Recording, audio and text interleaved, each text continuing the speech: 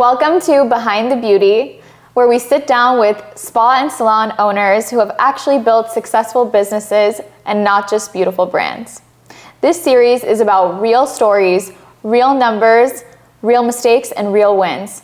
So if you're a beauty professional, an owner, or someone who's simply dreaming about opening up their own salon one day, you're in the right place. Today I'm joined by Naz. Hi. Hi. She's the owner of Naz Beauty Studio in North Hollywood, and she's known for doing incredible makeup looks. Thank you.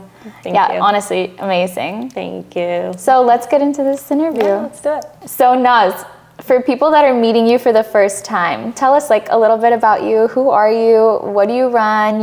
Talk to us about just who I am. Yeah, give us your backstory. My name is Nazely. I'm the owner of the studio. I've had this place for about 3, maybe 4 years, but I've been doing makeup for 11 years. I wasn't always doing makeup. I actually planned on going into dental assisting then dental hygiene and then dentist. So I was going in the dental direction. Okay. And then something just flipped.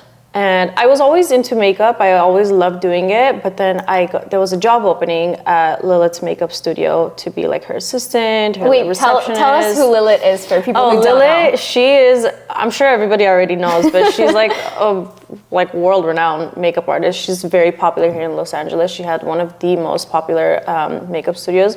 She was like the bridal makeup artist for everybody. And so she opened up her, she went on to a bigger location. She needed a receptionist, assistant, her left hand, right hand, all that stuff. So I was like, hey, I would love to do that. So I got into doing that, and then I slowly dipped into oh my God, this is kind of fun. It's makeup, it's girls, it's beauty. Of course. Who wouldn't? Yeah, who wouldn't? So then I was like, I love doing this, but I was like, I'm afraid. I'm like, should I get into it? So there was that hesitation for sure, but... How old were you at the time that you started, you completely started working I think I was, this was 2014, so I was about 23.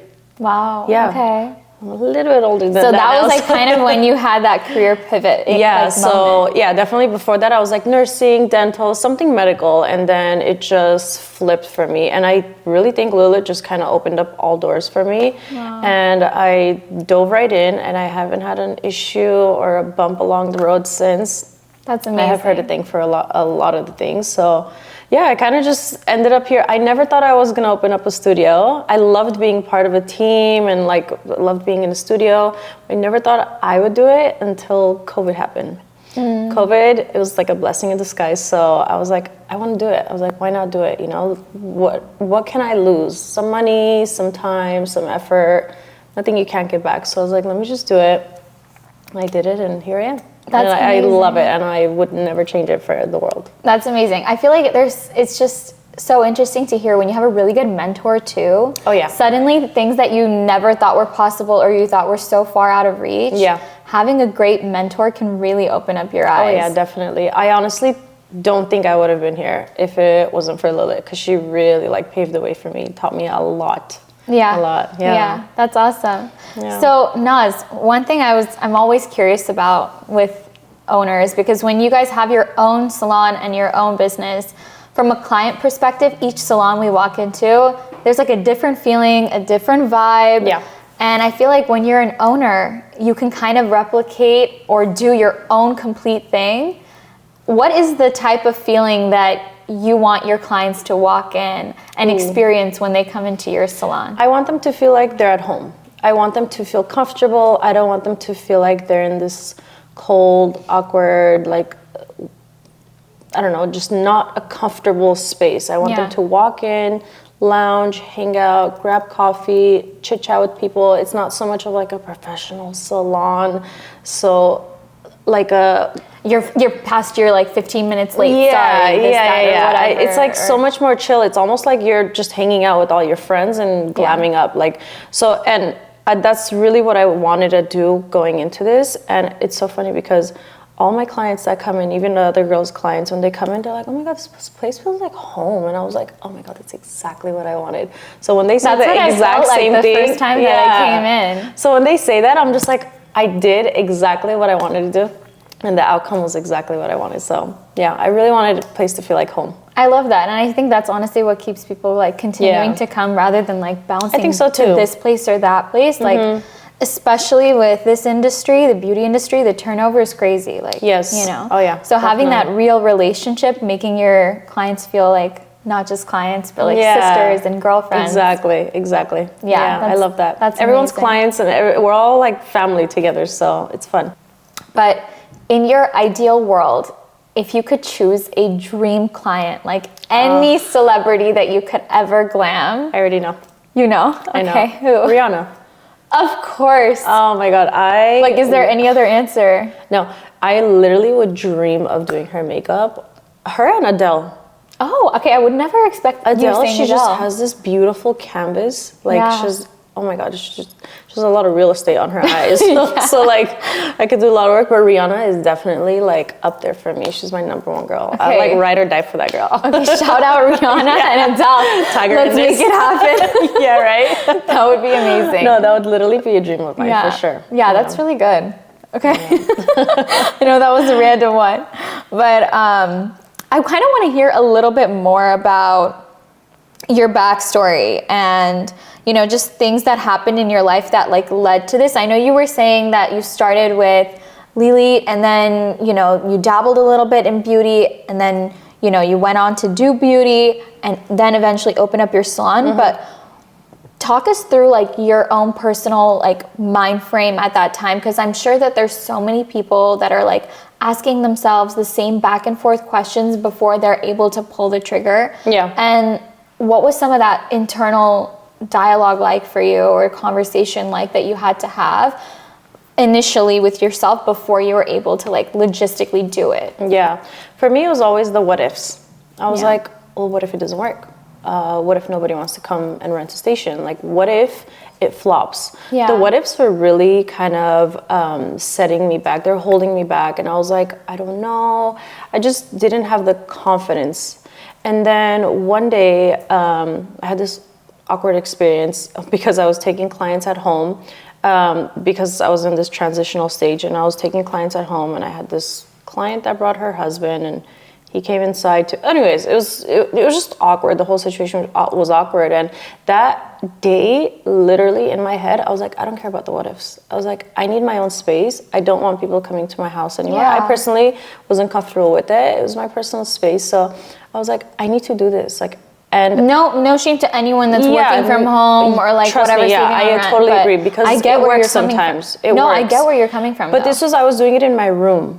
So it's like, you have to walk inside my house, you have to walk inside my room, walk past my parents' house. So it was a little different. But I was like, I need to have my own space. And I've been doing this so long that I was like, this isn't necessarily where I think I should be. I was like, I think I should be 1 or 2 steps up, you know? So I was like, I'm gonna open up my own studio, even if it's just me. I wanna have my own space, so it's professional, it's a cozy place for people to come in, no one's feeling awkward about walking past my parents' room, you know, like, so they come in, there's their coffee, tea, just the music's going, they're hanging out, they're chilling. I wanted that space. I wanted it to be professional, but yet comfortable and homey. So I was like, I have to do it, I was like, I don't care, I've saved up all this money, I'm gonna do it. So I did it. I was a little iffy about like, I'm like, oh my God, how much is it gonna be? Because you know, when you do construction, you think you're gonna spend this much, and then like you double, know, triple over budget. So I was like, okay. I was like, if I have such and such saved, I know it's gonna be more, and then it's gonna require a lot of my time. And then how do I do all of this while taking clients? So I have a lot of thanks to give to my parents. They helped me a lot with all this stuff. But that is such a big thing you just touched on. Oh my is God, like huge. Not only saying, okay, one, in your head agreeing that you want to go through with this, but then logistically doing it, saying, okay, how am I going to manage to do the construction and build a place like from scratch my way, and at the same time keep my steady income flowing? Yeah, it's a lot. I had other jobs as well. I was working for Lily at LC. I still am, but I was at LC, and then I was doing my clients, and I was just like trying to juggling a bunch of little different things, just upkeeping all that. I don't know how. When I look back, I'm like, I don't know how I was doing all that, but I was so determined that I was like, I really want to do it. I really want to do it. I want to say I have something for myself and I've done something for myself. So it's really important. And it just, I think my own, like, it just like triggered in my head and I gave myself that motivation that I needed. And again, going back to Lilith, I was just kind of like so inspired by her. I was like, if she could do it, if she did it and it was successful, why can't I? It sounds like you came to a point where you wanted it for yourself so badly that that voice was louder than any of the what if voices. Exactly. Yeah. And you know what? Sometimes that's the difference between who can do it and who can't. I think so too. I agree. Like you have to really want it bad enough and then believe in yourself that, you know, one step forward, you're going to do it. And sometimes you just have to just do it. Yeah. Just do it. What do you have to lose? Money will come back. Time will come back. No, I know, right? The ones that, the ones that think like that. No, but time comes back. Money comes back. Like, you know, you kind of get all of this back. So it's just like, what do you have to lose? Just do it. So, I totally agree with you. And I'm glad that you did because we're in this beautiful I'm glad I did too. Together. Yeah, I have a little family I built here. I love it. It's so cool. It's awesome. Okay, so was there ever a moment that you thought like, hey, you know what? I can do this aspect better than what I'm seeing out there. I don't know if that might be like just relationship with client, which we touched on, or like even makeup related or this, that related, or customer service, or was there ever anything that you're like, you know what, if I really had my own space, I could totally do it better, do it this way?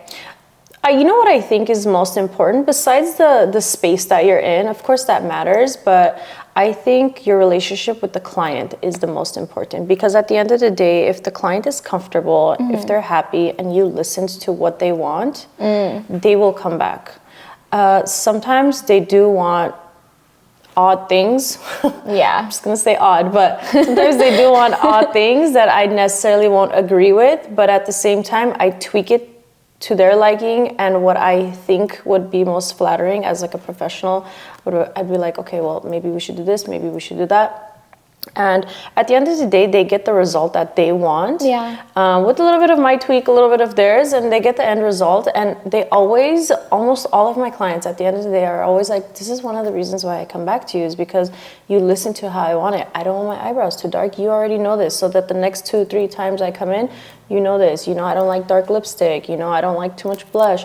So as much as I love blush and I want to put on so much blush because I love the look of it and I think it's so like youthful, at the same time I'm like, that's what I like. But if this girl doesn't like this much blush, then, you know, so I have to listen to them, and listening to them is what I think changes the whole game, honestly. I have girls that have came to me since the day I started till today. They come to me like 5 times a month, and she's like, it's because you listen to me. She's like, you literally do what I want. It sounds like it would be the most basic thing. Yeah. But I'm telling you, like, client perspective of being in the chair with other, you know, makeup artists, it's not the case. There's some people that you go to them because they have a signature look and you like their look, and that's what they do. And then there's other stylists that are, you know, they have a great hand. They're capable of doing so many different type of looks. But they do what you want. Exactly. And they make you feel like you, just like the best version of you when you walk out the door. You're never going to let someone walk out the door like not happy with the own work that you've done on them. It might not be your personal style or like your personal look, but you're always happy with the looks that you create. Of course, And you know that they're happy too. Yep, definitely. For example, when I was much younger, before I was doing makeup, I would get my makeup done by other artists, and I would always say, don't do heavy on the eyebrows. I don't like my eyebrows dark. And they would fill in a little here, fill in a little, draw this line, clean this up, blah, blah, blah. And then I would look in the mirror and I had manly eyebrows. It's like the 2016 eyebrow. Yeah, girl, even before. It was like, it was just like sculpting it in. And I would always tell myself, I'm like, if I was to ever be in this industry, because you know how you always think like, oh, if I was to ever be a lawyer, if I was to ever be a dentist, I would do it like this. So I was like, if I was to ever become a makeup artist, I would listen to how people want their eyebrows done. And I was like, it's so important. So for that reason, I stopped going to that girl. Because she would really box in my eyebrows. So that one thing that I went through implemented a lot of things for me in the future that I was like, okay, you I'm going to carried listen that to with people you. with what they want, because that's how they're going to come back. And that's exactly what happens. Yeah, no, that's so important. I think that's a really great thing for any makeup artist out there to like take note Makeup, of. hair, like anything, a lot of things. Anything. Like, you know, find a way to like listen to your clients. Sometimes recognize that everybody has what different you think preferences. Should be. You should listen to what they want to, you know? Yeah. Okay, that's great. I love that. Something that just came to mind. So at any point in the process, after you had already committed to wanting to open up your own space, was there something that like freaked you out or gave you a lot of fear about continuing when you were already in the middle of it? Or maybe a big mistake that you didn't realize along the way with construction, or, oh shoot, had I known this, I would have done this differently? Honestly, luckily, I didn't come across too many obstacles. I think one of the big things is, going back to what I said, I thought, for example, plumbing. Plumbing is one of the most costly things when it comes to construction. And I was assuming it would be X, Y, and Z. And he came to me and he's like, well, look, if you want to do this, and if you want to add this, you want to do the head washing station, you need another sink, but it's going to be this and this and this. So it became a lot more expensive than I thought. And I was like, wow, I wasn't ready for that. But I was like, it's okay. I was like, let me take extra clients. Let me do this. Let me do that. At the end of the day, what am I trying to say? At the end of the day, I was able to take care of it, but that was definitely one of the obstacles for me. Just like construction overall, just kind of gauging how much you're going to spend, because you don't know exactly how much you're going to spend, right? And then, did you do a rough estimate before, or is that something you wish you'd done? Oh, I did do a rough estimate, but not having built one before, you don't really know how accurate that estimate is. I'm like, okay, I'm going to need chairs, some tables, I'm going to need some mirrors, washable station, and that's it. What else am I going to need? Yeah. And then you realize you need a lot more things. You need a lot of little things. So the cost-wise of it is one of my, what was one of my challenges of just trying to gauge it. If I was to open up a second one, girl, I have an exact number for you. I have an idea now, but yeah, that was definitely one of my obstacles, challenges that I had to go through. Definitely. I feel like that's so relatable to anyone that's doing construction for anything first time, whether it's a home, whether it's a new business. You learn so much after your first experience. Oh yeah. Definitely. I'm like so prepared now. Like, so what are you teasing, that there's going to be another? Well, we have some plans in the future. Okay, we'll see how that unfolds. All right. Okay, good to know. What would you say is something you didn't expect to change about your life once you became an owner of a business? Oh, 100% time management. Oh, yeah. It's not just show up, take your clients, clean up your station and leave. It's show up, take your clients, clean up your station, clean up the studio, restock. Oh, I gotta go to the store. Let me go to the store. Let me come back. Oh, but I have this appointment. Oh, so the time management for me was just kind of like a little all over the place until I started getting the flow of it. And to be honest, I have a lot of my mom's help here too. So she helped me manage things. So she kind of helped me get into the flow of things. She's like, okay, you run out of this and this often, so you got to get it every Monday or you got a momager. I totally have a momager. She's a momager, mom assistant, left hand. She does it all for me. So that's awesome. She's a lot of help, definitely. But at the end of the day, it's your space too. You do have to put in your time. So time management was the biggest thing for me. And then I got married, and then I had a kid. So then even more, so it's like busy. You have another business. So I'm just like, kind of like, how do I cut myself in 4 different pieces and get everything done? But of course, you're just one person. So it's just, you just perfect your time management on how to do things and when to get it done, and it flows. After some time, you start getting the flow, but it's a little wishy-washy in the beginning, but you get it, Yeah, no, definitely. I think that's a huge piece of advice to any, professional out there that's thinking about doing this, or is just even an owner themselves and is feeling overwhelmed, burned out. Yeah. Sometimes realize that as much as you want complete control and you want to be able to do everything your way and you're a perfectionist, it's your business, it is really important to allocate some work to somebody or lean on someone. In this case, you can lean on your mom a bit, and that's amazing. Yeah. But if someone doesn't, let's say, have their mom in the same way or availability, make sure you have an assistant or allocate some work to your other, Yes. stylists if you have that ability to do that. Definitely, yeah. That's definitely very helpful, for sure. Yeah. No, that was a great piece of advice. That was a great question. Naz, I've seen you in the salon and how you are with all the people that work with you. I can see that you truly are a great boss, in my opinion. Like, you're so warm, you're so cool with everyone. But I wanted to ask, like, do you think that great owners are kind of born, they're just born like you? I definitely think you kind of grow into it.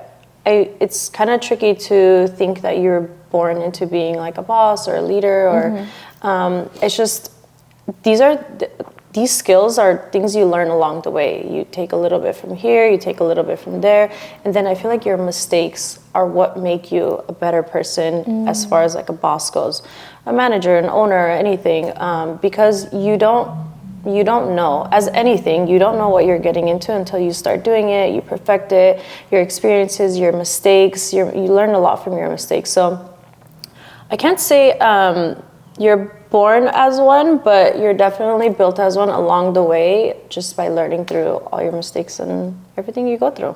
I completely agree with that. Yeah. I think maybe there's a little bit of both. You have to have a bit of that part innate in you, but there's so much that you're gonna learn throughout the way. And if you can't adapt, that doesn't make for a great boss. Yeah, definitely. Yes. Yeah. And it takes a lot, so. Yeah, definitely a lot of patience. Oh yeah, a lot of patience for sure. Yeah, I know. So if you hadn't opened up Naz Beauty Studio, what do you think you would be doing today? I'd be cleaning teeth. You think so? You really think you would continue with dental hygiene? Look, till today, I still feel like I have this little niche for it. I don't know why, it's just always kind of fascinated me. And when I was in dental assisting school, I think it was like the first 2 or 3 weeks, one of the teachers that is a dentist, she came up to me and she's like, have you done this before? And I was like, no. She's like, why are you really good at this? And I was like, what does that mean? And she's like, you just know how to hold the instruments, you know what you're doing, everything's kind of coming so naturally to you. I was like, I have no experience. I was just like, I guess I just really like it and it's coming naturally to me. And so I feel like I always have this thing for it.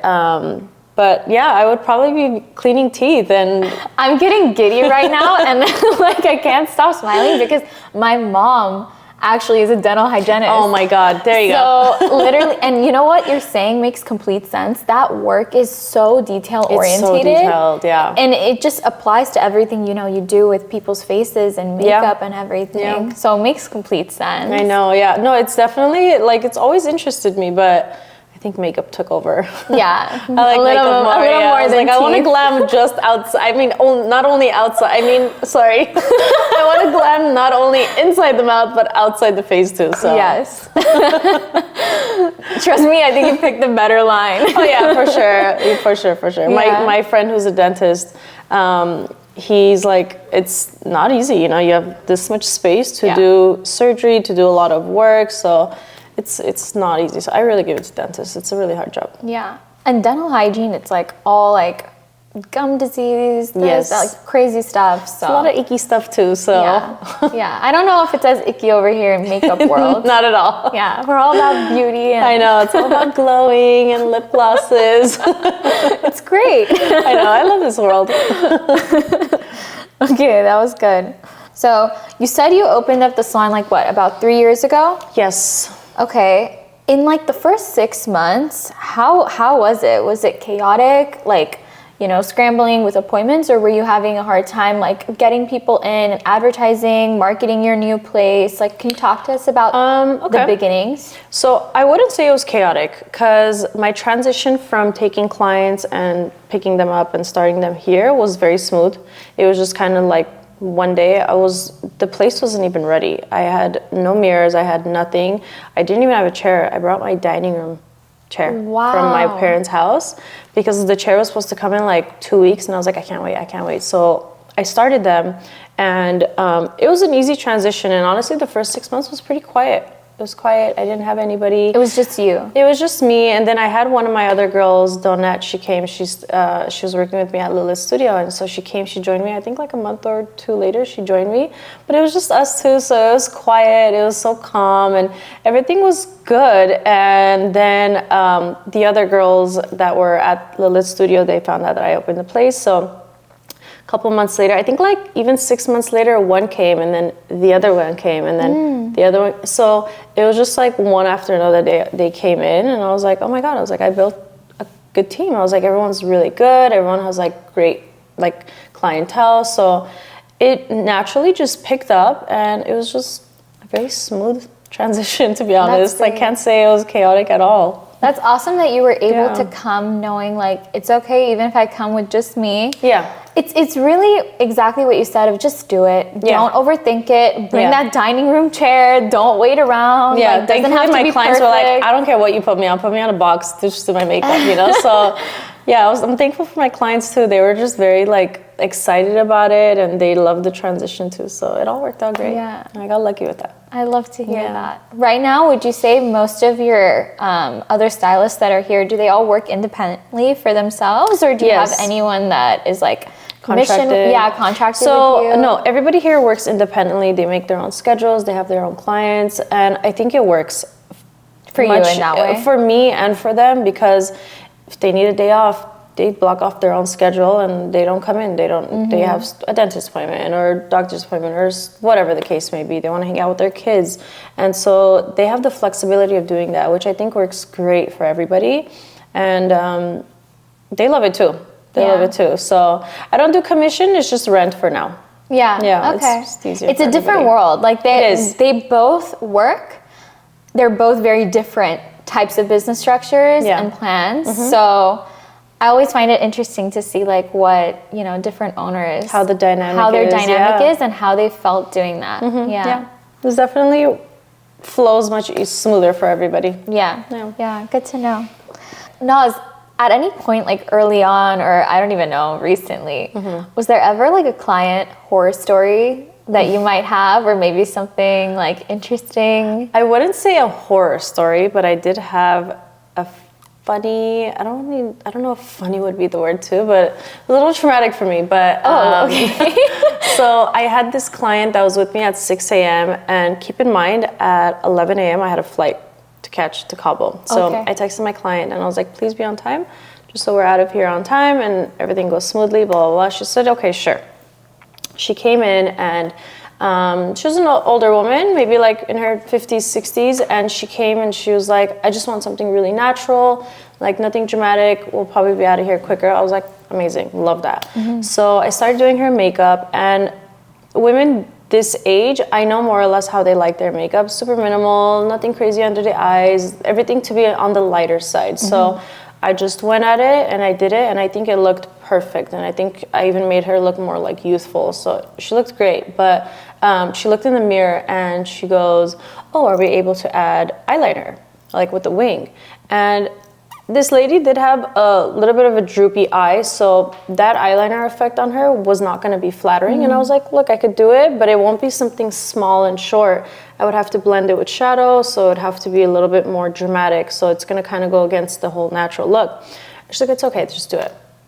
So I did it, and unfortunately her lid folds were so deep that I had to go a little bit extra. So at this point, she kept telling me, go more, go more, go more. Saying natural, but go more. Yeah, I was like, okay. I was like, I don't mind going more, but I'm like, it's not the look that you think you're gonna get. So eventually I gave her bat wings, which bat wings is like super thick and like super blended. And she's like a light skinned woman, so it was like really standing out on her.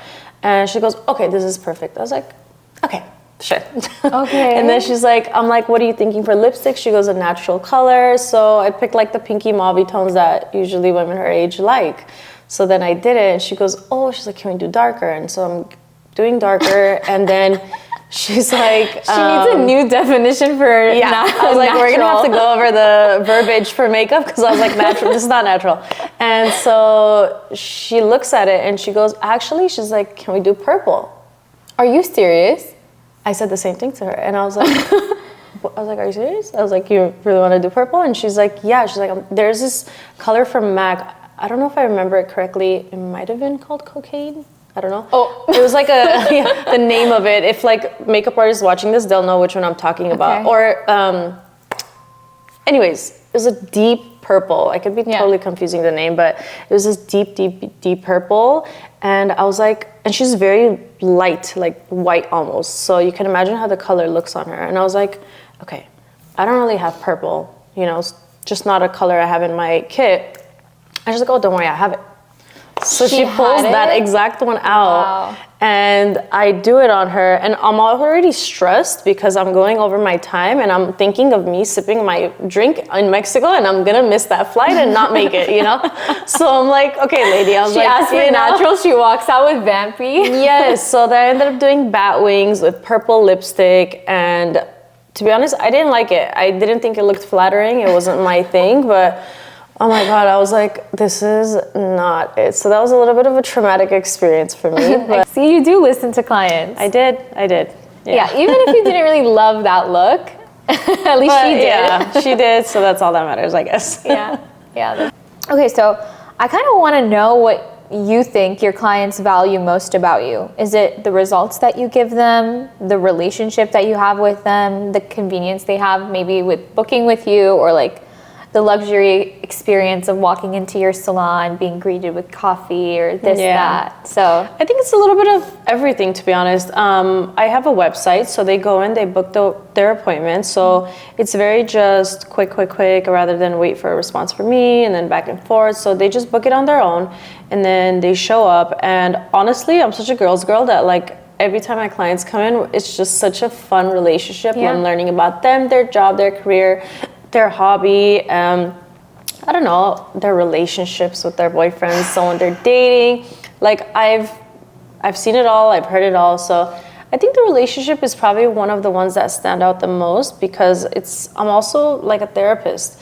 I was just about to say that. Yeah, like everyone just vents. We literally go, I'm like, you know, I'm going to the salon, therapy session. I'm gonna let it all out right now. So like they'll come in with coffee, they'll even get me one, and then we'll just be yapping away, and then I'm like, oh my God, I forgot I have to do your makeup, you know? So we just kind of like wait an hour just went by. Like, my 3 clients are waiting for their makeup, but no, we kind of like dive into it. And I have so many friends that after I finish doing their makeup, I'll like text them and I'm like, oh my God, so what happened? Oh my God, what did your boyfriend do? Did you guys like stop arguing? Like, what did your mother-in-law say? Like, you know, so we kind of just like bounce back with each other, and they'll do the same to me too. They're like, oh my God, like, for example, it was like my gender reveal one day, and they're just like, I had like 10 clients message me and they're like, so what's the gender? What's the gender? And like my best friend didn't even know. So it's just like this nice relationship that you build with everybody. That they I really feel like become like friends and family. Definitely. Like for example, someone you go to for hair or nails or eyebrows or anything, when you love their vibe and their energy and you're just like, you know them personally as well,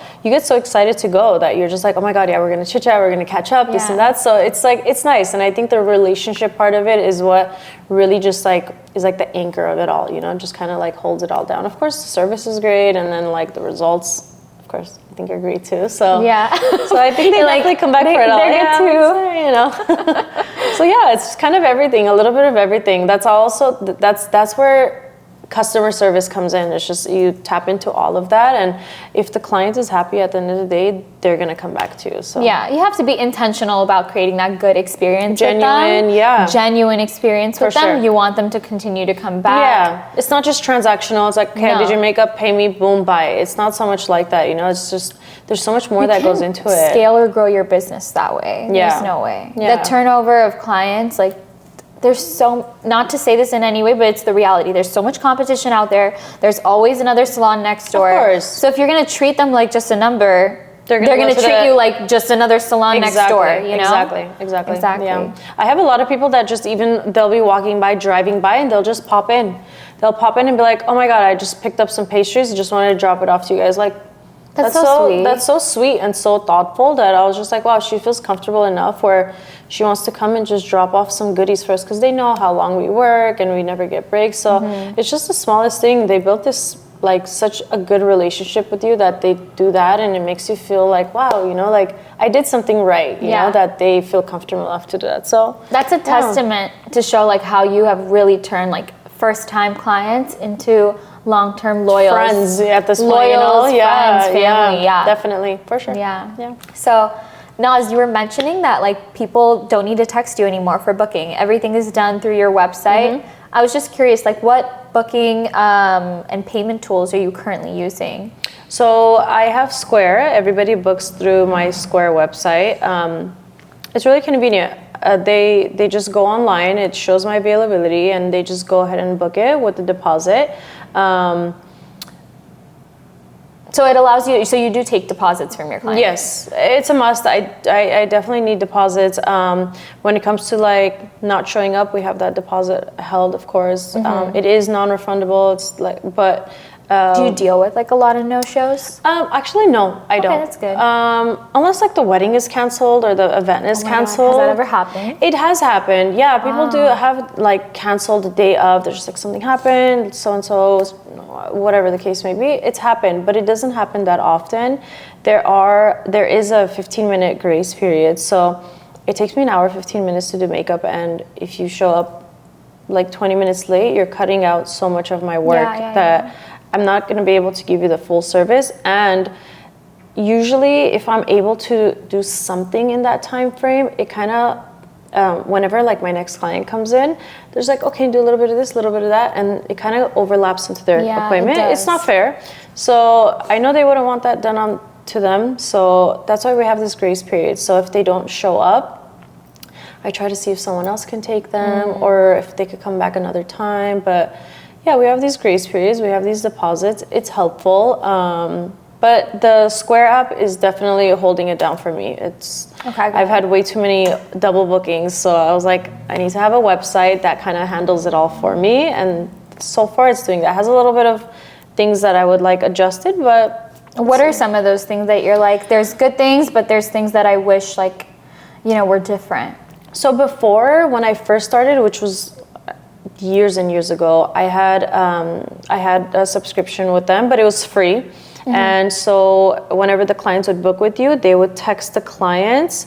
Maybe you could set it up to like 2 to 3 days before or a week before, however you had it. They would remind the clients. It would send them a text and be like, hey, just a reminder, your appointment's coming up. And then they could select to confirm or decline. And which is cool because it notifies you that, oh, this person got the text and they did confirm. Now, I think within the last like 2 years or maybe, about like the last 2 years, they took that feature out. So it's like an additional cost. Which is kind of like annoying in a sense because it's like it's for sure confirmed, and so so you're not right now, as of now, paying for the additional reminder features? No, because like it still kind of works. However, I would have liked that confirmation where it's like, I know for sure they got the text and they're for sure showing up. Because the day comes, sometimes I'm like, okay, it's like 10 minutes. Are they coming or did not? Did they confirm? Did they not know? Did they forget? Did they, so it's just kind of like this back and forth. I get stressed, and it's just little stresses that end up piling up, and you're overly stressed at the end of the day. Do you end up like messaging them yourself? I do, then? yeah. I message them like, hey, are you coming? They're like, yeah, I'm parking. I thought I confirmed. I was like, well, no, there's no. Fortunately, my website doesn't have the option to confirm. So and then like another glitch is, unfortunately, I realized this so much later than I should have. But I think for the past like 2-3 years, it has this. So if you open the calendar, each appointment is in light blue. Okay. And then, which means they've paid a deposit. And then if it's in dark blue, I didn't know the difference between these colors. I thought there was just some glitch. When you manually book it, it's in dark blue. But these people have booked it themselves. So it's dark blue, light blue. It was just mixed, and I never paid attention to what it was, only to realize 2 years later that the dark blue was that they never paid a deposit. Yeah, because you manually... The system didn't take the deposit. I don't know why. So I naturally charged them with the deposit taken out. So I've lost a good chunk of money, and of course I can't go back to that now. It's probably about the user experience with you and like it not being really clearly defined, Yeah, so it was just like, of course I've lost thousands of dollars on this basically because I've lost so much deposit and I haven't charged them. So that kind of sucks. The confirmation text, not accurate. Like it shouldn't allow a client to book if the deposit isn't there. So why is the booking there? So why was the manual thing overriding that? Yeah, why is the booking there if the deposit was never taken? So then that When tweak. you were manually booking, were you taking card information over the phone? I was. That's strange. I would text them and I'd be like, you can drop off a check, you can drop off cash, you can Zelle. Yeah. So that's what I was doing, but that became an issue because I would accidentally overbook people. I wasn't responding back on time. So if you ever do like manual bookings now, is there a way to go about it through the system, or you still have to remind them, hey, can you Zelle me? Because it doesn't take the deposit. I try not to do manual anymore. Okay. I do it only for like family and friends where deposit's not necessary. It's like, it's my cousin, it's my client that's been coming through for 10 years already. And so I was like, I don't necessarily need a deposit.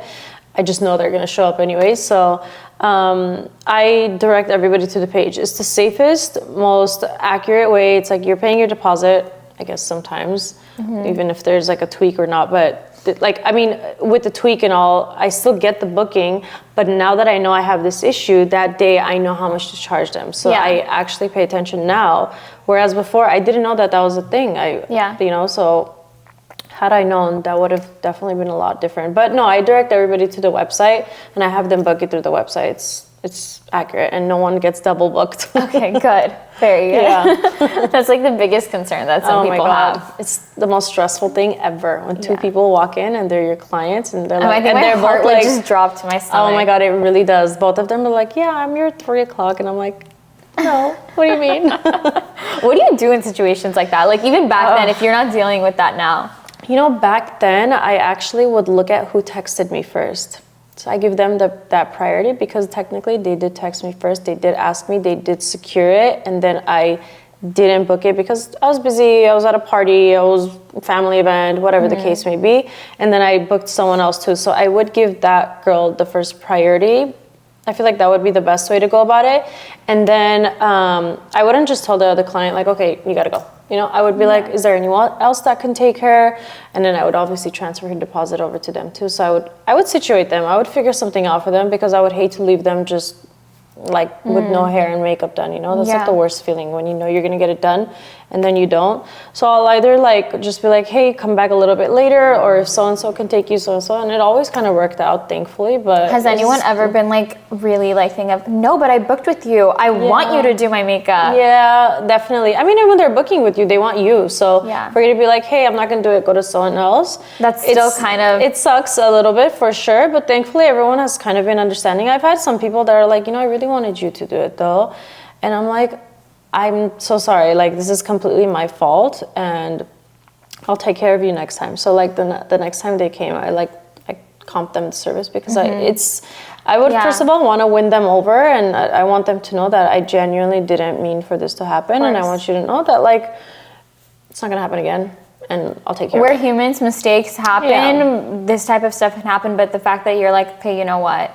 Next time that you come in, I'll take care of you. That just goes to show like the type of business owner that you are and the treatment that you want to leave people when they're walking out of the door, even if something wasn't completely ideal. Like what did you do in a difficult situation, you know? I have a client that's been coming to me for so long, and every time she comes, we talk about how I overbooked her every time. And now she's a regular. Yeah, she's like, I can't believe you overbooked me. She's like, you I was like, oh my God, I'm so sorry, but we laugh about it now. It's so funny, but But if you handle that in a completely different way, might have not happened. I could have just been like, sorry, I can't take you, and that girl would have hated me. Yeah. She would have just told everybody. And not only would she have gone to someone else, she could have badmouthed you in the community. Yeah, exactly. So it's so important. It worked out. Yeah. Thankfully.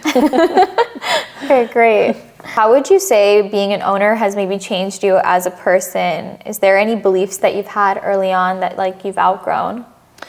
Yeah, I always believed just by like seeing that you should be super assertive, strict, have this like kind of mean boss type of vibe because that's what a boss does, right?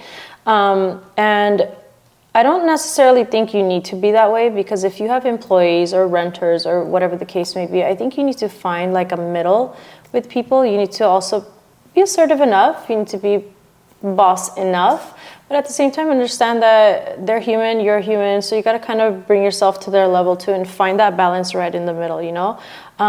In the beginning, one of my struggles was overall, I'm just a nice person, and which is a good thing, but sometimes it can be a bad thing because I could be too nice. I could just kind of let things slide, and I'm Get just taken like, advantage of. yeah. So I'm like, people can kind of take advantage of that. They could just be like, oh, she's nice, and whatever I do, whatever I say, she's not gonna care. So, and that can kind of get to you a little bit because you're like, am I not being assertive enough? Am I not being like, just not mean, but just more like strict enough? Yeah. And I'm like, it's not necessarily my personality to be that way, you know? And it's kind of tough to get to that point without being rude or very like too assertive or too direct or something. So it's, my challenge was being right in the middle so that people understand that, hey, I need you to take what I'm saying seriously. But at the same time, I hope you're not offended and I hope you're not hurt. So it's, my challenge is more so like finding that middle. And I think along the way, I've came a long way, and it's still something I'm working on today, Yeah, you know? standing your ground, but being really respectful about it. Yeah, exactly. You know? That's exactly what one of my challenges that I'm going through. Okay. And I think you go through that just until the end of time at this point, you know, because you just perfect it along the way. Yeah, no, I think that everything that you're saying is spot on. It is a challenging thing when you first start out thinking like, how am I going to make sure that I get everybody's respect and that they know that they need to listen to me or do this or clean your station before you leave or whatever the case is. It's a tough like balance to not be too much, but I mean, it's one that I think just with time, you continue to get better at it. For sure. Okay, how would you say like success looks like for you now compared to maybe when you first started out? Success to me was open a business and have it running, and which sounds pretty successful, right? But for me, now that I'm here, I'm like, okay, I have the business, okay, it's running, but what's next? Yeah. And it's kind of like you strive for the next thing, and I'm just like, okay, but I want to expand, I want to do bigger, I want to have a room, and I want to do this, and like, so you're all like, for me now, success is what's next, how can I make this better, how can I expand? So I'm trying to tap into that and trying to... you have an entrepreneurial mindset, you know? I guess you could say. It's like sky's the limit. Yeah, Once you get there, you want to keep going forward. Yeah, so it's just for me, I'm not like, okay, I did it and I'm done. Yeah. It's what's next. It's, okay, and then what? Because for me, I'm like, I don't want to just stay in one place. I just wanted to get better and better. So me and my husband, we opened up another business too. So we're just kind of like, we're just tapping into two different things, and then now we're like, what's the third business we can open? Okay. So, wow. I know, like my plate Give us is little full. shout outs. What are the businesses? We have a What a Peach. It's here in North Hollywood. So good. It's so good. So good. It's literally right next to the studio too. So I couldn't have planned the two businesses to be next to each other as best as this. Like it's just 10-second walk that way, and then I'm in between two businesses. So yeah, so there's that, and then we're like, okay, what's next? What's next? Yeah. So it's just what keeping you internally always motivated. Yes, you know. Yes.